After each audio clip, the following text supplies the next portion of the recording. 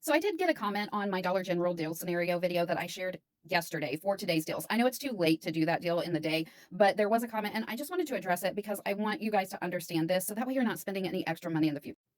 So in the past, we had to subtract offers from our subtotal and still be over $25 for our 5 off of 25 to work.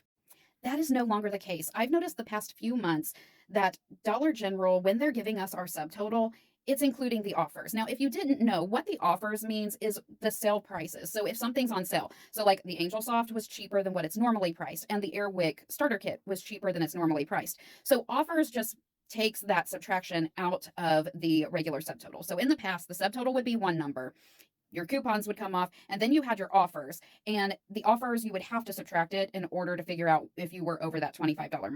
So, yes, that person was correct when they said this deal would not work because the offers would take it under the $25 mark, but that was in the past. Now it is included in the subtotal.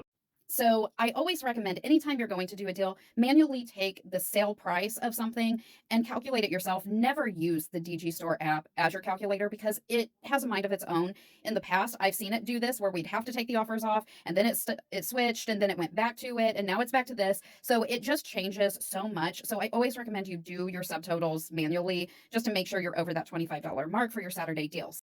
So again, this is no shade to anybody who felt like this deal was going to not work because in the past, you are absolutely correct. It would not have worked. But the way the app is working now, it absolutely did work. I'm going to pop up a picture of my receipt. As you can see, the side numbers, like it, for some reason, it's faded. So you can't see the change very well. But the 5 off 25 did come off, and I paid $12.15 for my transaction, and that was with tax.